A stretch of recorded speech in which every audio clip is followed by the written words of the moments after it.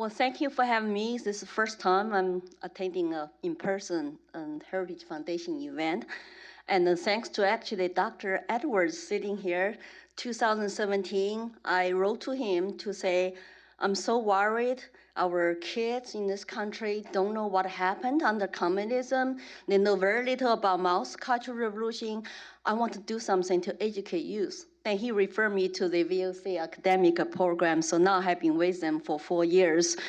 But things are getting more and more scary because, like you all said, thanks to our educational government and school system, our youth really don't know much.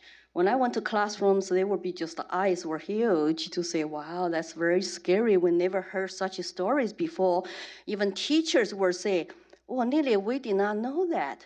Well, they went to teachers' college. How are they going to teach our kids when themselves even don't know the horrors of communism and socialism? I was born in Chengdu, Sichuan province, right before Mao started the great proletarian cultural revolution. And my parents were illiterate workers. We should be the workers rule society. Everything's free, right? No. That's what our kids think today. It was not free except our horrible, primitive workers' row house provided by my dad's state factory. Everybody worked for state factory 6 days a week. And our community housing, probably nobody in this country wants to live in there. It's 8 families with children share one bathroom and share one water faucet. And if water is out, you cannot cook. It was very cold in the winter because the central planners in Beijing said, if you live in south of Yellow River, no heating. So I had a frostbite on my left foot. Every year I got infected because of the cold weather. But of course, we did not know anything true about the world. We were told that the Taiwanese people were suffering, and American imperialism is really bad, and don't smile like ugly Americans. Capitalism are bloodsuckers. Profits are horrible. We should be grateful for Mao, for Communist Party. So we go to schools, and we chant every day, like you talk about, need to read the books, long live my Mao, long live Communist Party, 10,000 years, double 10,000 years. You do a little dance and moves, and then you start to study your Chinese and math. And that's my life in government schools. I had no idea. I never challenged Mao is God or human. Why are we saying 10,000 years? Well, when the one party controls all the press, all the media, all the periodicals, all the education, all the industries, all the properties and everything, you have no way to know the truth. They even control the songs you're going to sing. And what comedy you're allowed to tell.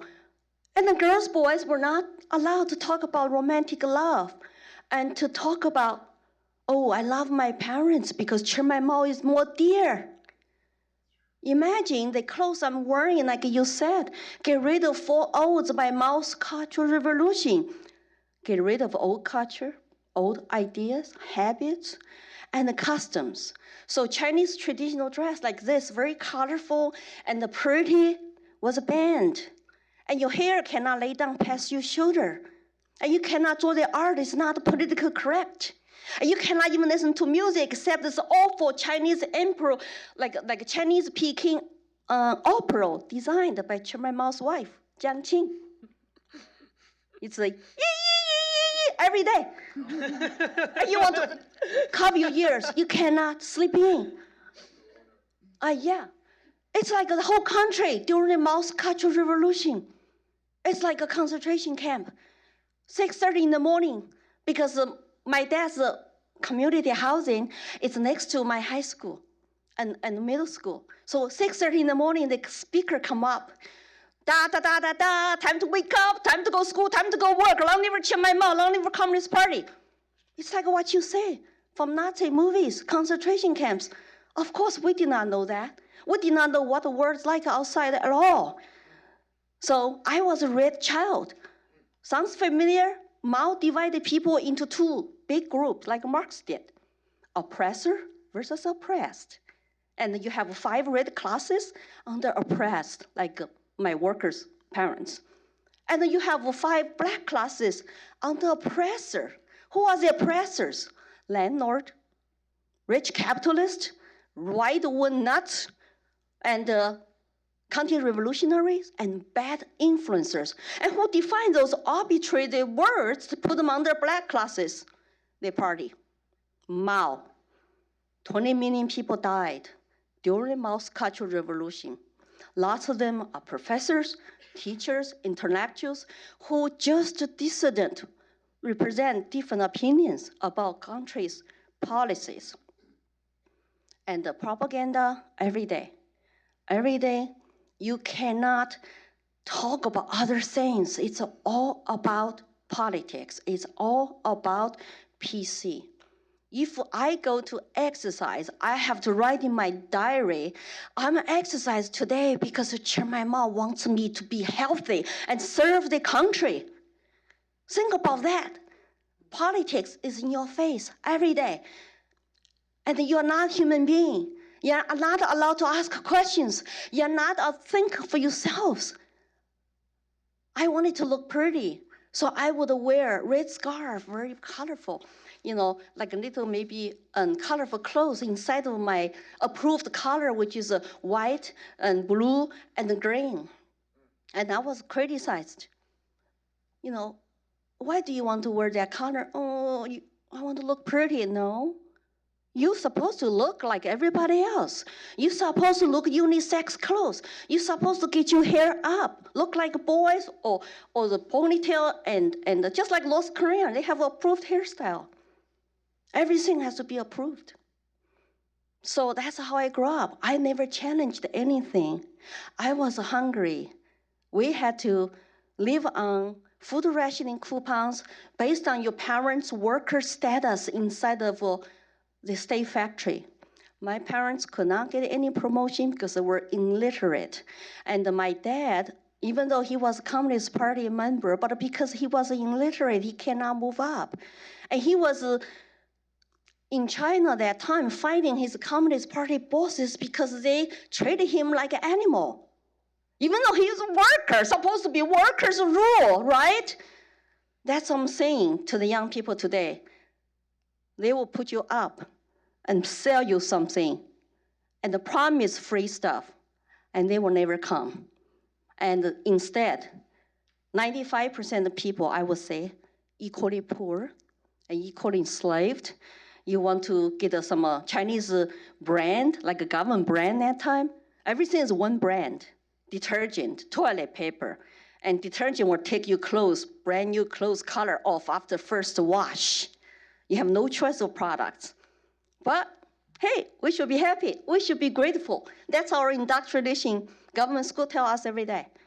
So when Mao died, when I was 12, I just could not believe it.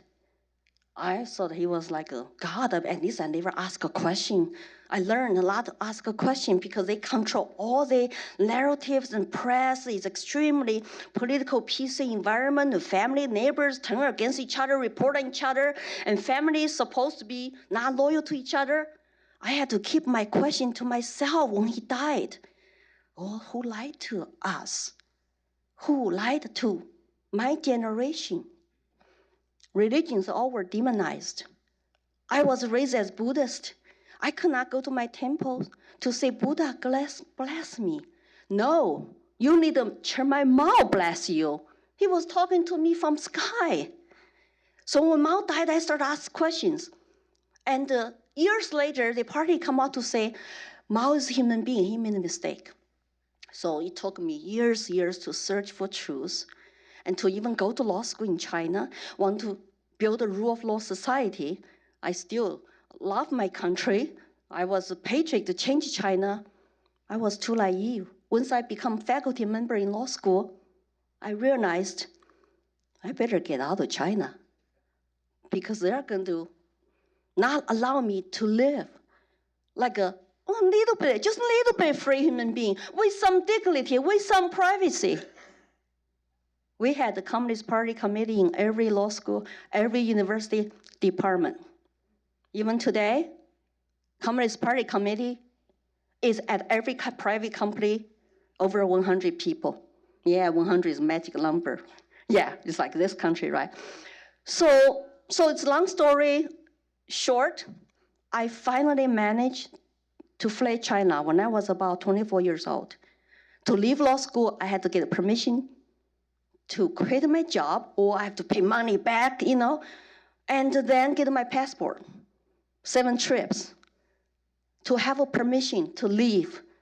And I have to become my old straight rat style. Oh yeah, I'm gonna serve my country. I'm gonna go to America to study on my own to get a master's degree in order to be allowed to leave.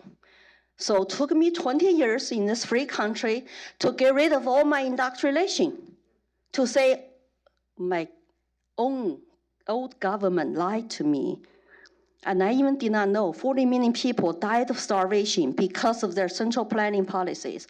I did not know 20 million people died during the Cultural Revolution. It was 3 years natural disasters, people died. So my English got better. I read the books.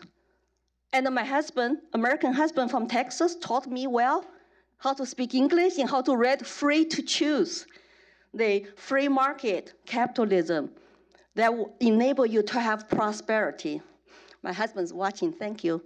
And anyway, but nowadays, I have been so scared once I wake up.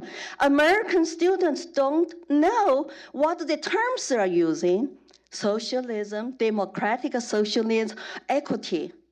I summarized 12 features of Mao's Cultural Revolution on my Facebook, Lily for Liberty.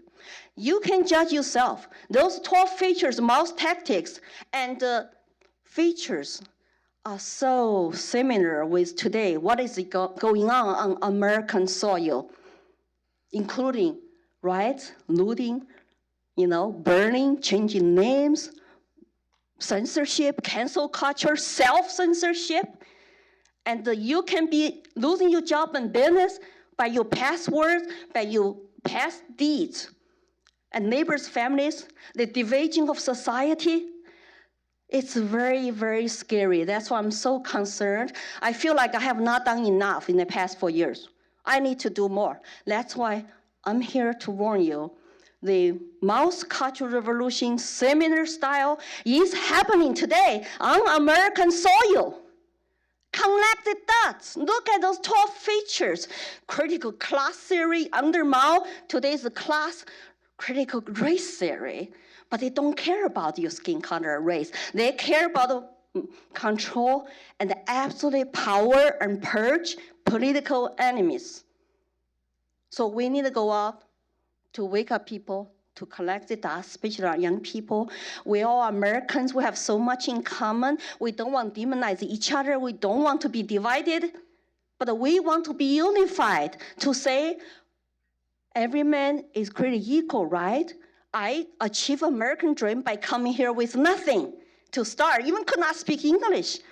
I'm living American dream. I'm here talking to you folks, right? It's like they want to demonize America. They want our kids to hate their ancestors. They want them to say, hey, if you're white, you are racist. I just cannot buy that. Immigrants like me will come out, defend America, the beautiful, the most exceptional country on earth. There's no place I can go to achieve American dream except in this country. Thank you. Thank you. Thanks for watching the Heritage Foundation's YouTube channel. With more than 500,000 members, we are the nation's largest conservative research and education institution. We believe the principles and ideas of the American founding are worth conserving and renewing. Please help us further our mission by subscribing to this channel and sharing our videos with your family and friends.